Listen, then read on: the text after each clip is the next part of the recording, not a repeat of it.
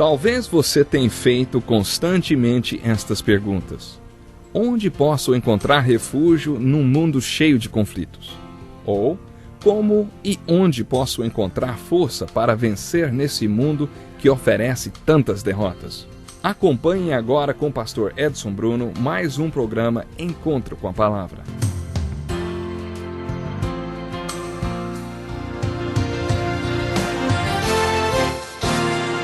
Seja muito bem-vindo ao nosso Encontro com a Palavra, ao nosso tempo de estudo das Escrituras. É um prazer iniciar mais um programa contando com a sua participação.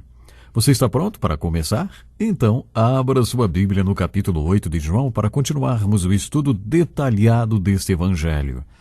A frase de Jesus que sintetiza o que ele disse no trecho que vai do versículo 21 ao 24 é esta aqui, ó.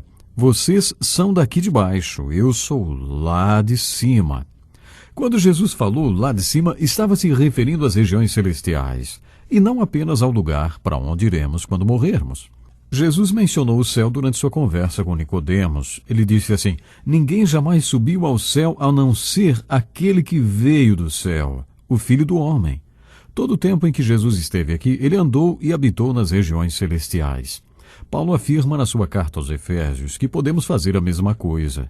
Nos lugares celestiais em Cristo, encontramos a fonte de tudo que precisamos para viver de acordo com seu chamado para nós. Mas, para aqueles religiosos, Jesus disse assim: vocês são daqui de baixo, eu sou lá de cima. O que Jesus estava dizendo era: vocês vieram do inferno e estão sob a influência ou sob o poder do submundo espiritual do inferno. Jesus deixou bem claro, vocês morrerão em seus pecados se vocês não crerem que eu sou, de fato morrerão em seus pecados. Nesse trecho dos versículos 21 a 24, Jesus falou 3 vezes, vocês morrerão em seus pecados. Ele deixou bem claro que eles vinham do pecado e eram escravos do pecado. Eles morreriam em seus pecados se não crescem em Jesus. Vocês morrerão em seus pecados, vocês morrerão em seus pecados, vocês morrerão em seus pecados. Jesus disse isso claramente. Jesus disse que eles não eram livres e sim escravos. Eles eram acorrentados pela ignorância, eles eram presos pelo diabo. Eles estavam amarrados ao inferno e eram escravos do pecado. E se não crescem em Jesus e não fossem libertos de tudo isto, estariam mortos em seus pecados.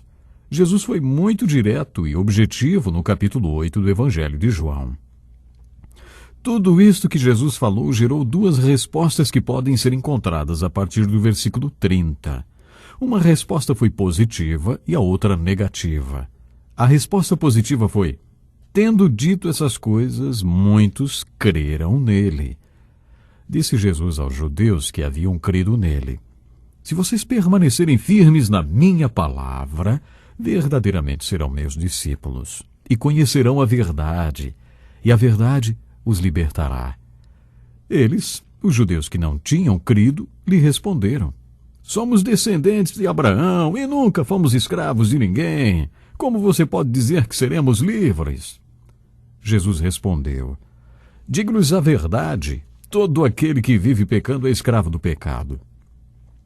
Acho esta passagem simplesmente impressionante.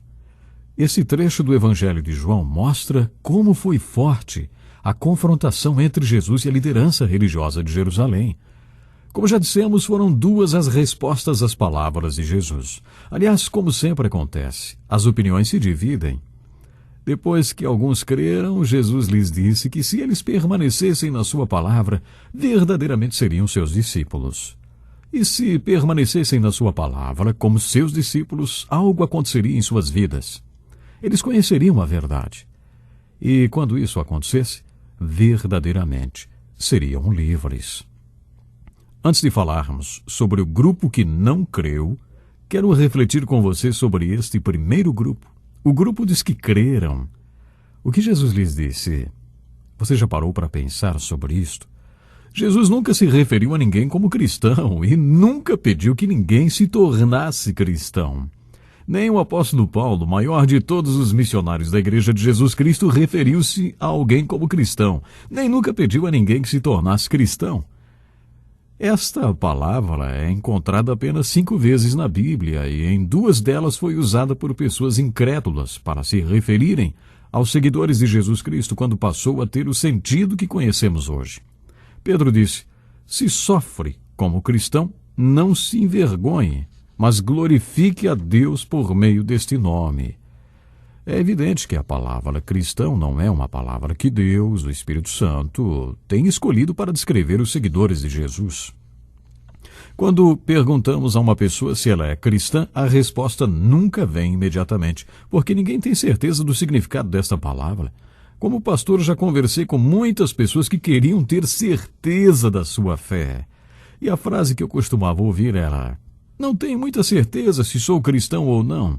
Sabe o que digo para estas pessoas? Essa não é uma palavra que a Bíblia usa para se referir a um seguidor de Cristo. Vamos parar um pouco para ver quais são as palavras que a Bíblia usa. Jesus dizia para as pessoas crerem. E quando elas criam, se tornavam crentes.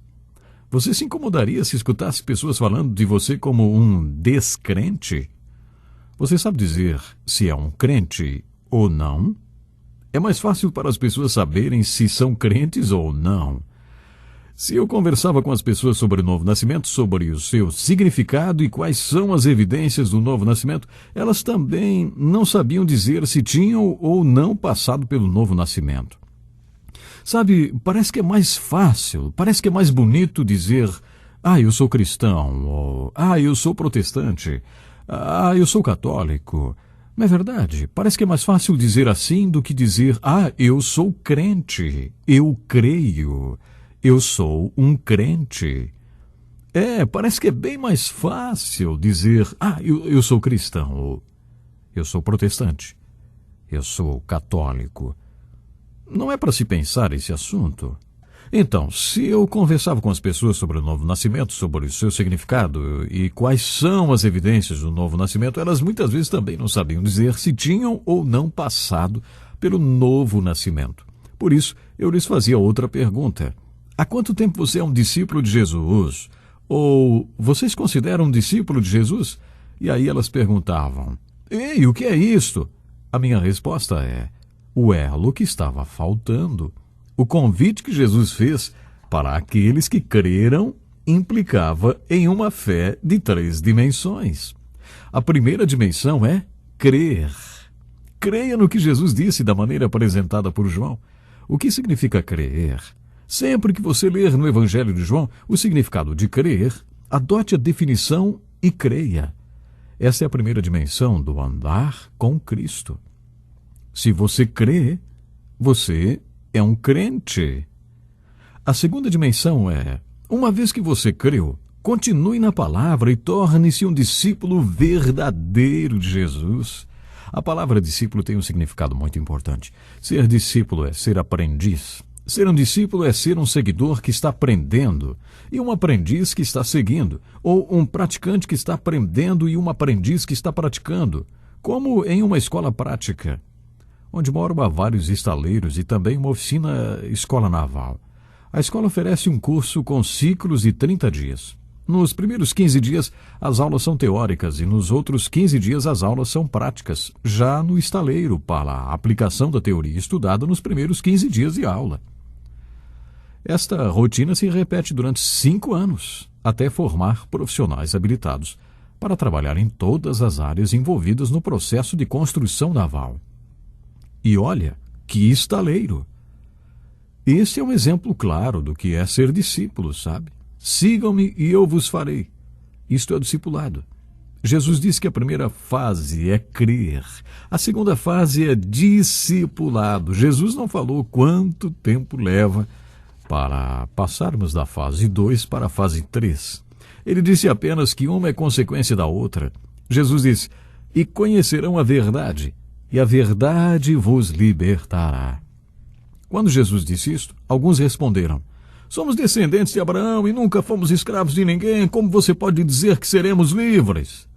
Bom, de acordo com Jesus, um escravo não consegue libertar outro. Ele disse: se o Filho os libertar, vocês de fato serão livres.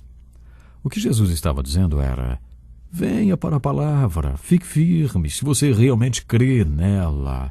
Se você continuar na palavra como um crente e um discípulo, um dia poderá ter uma experiência que vai além das páginas sagradas.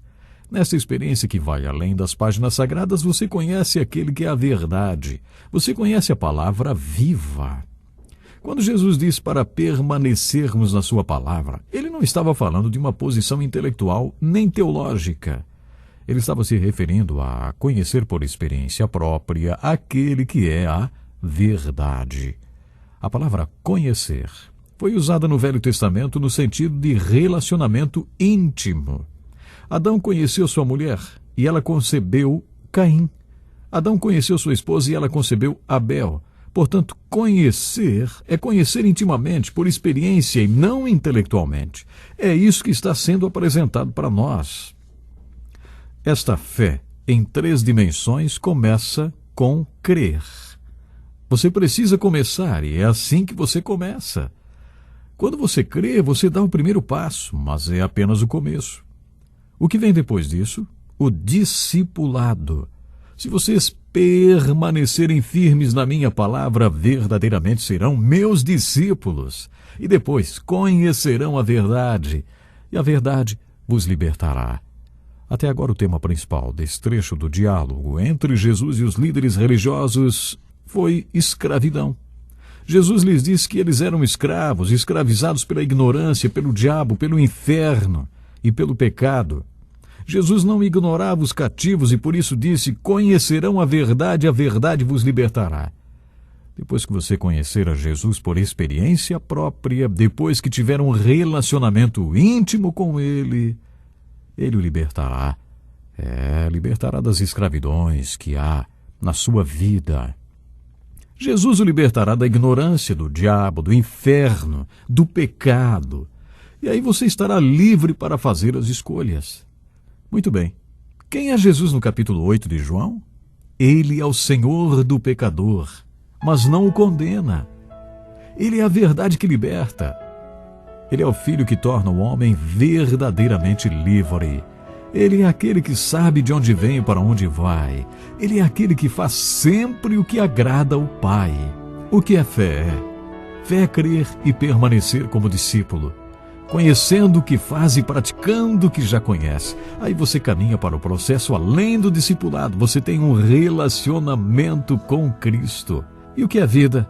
Vida é ser livre. Até o próximo programa. Deus lhe abençoe. Que lição importantíssima.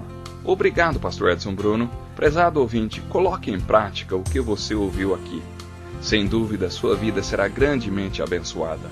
Este é um estudo escrito pelo Dr. Dick Woodward, na voz do pastor Edson Bruno. Escreva-nos e solicite o material.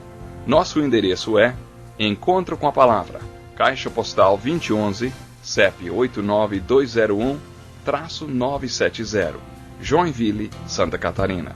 Até o nosso próximo encontro com a Palavra.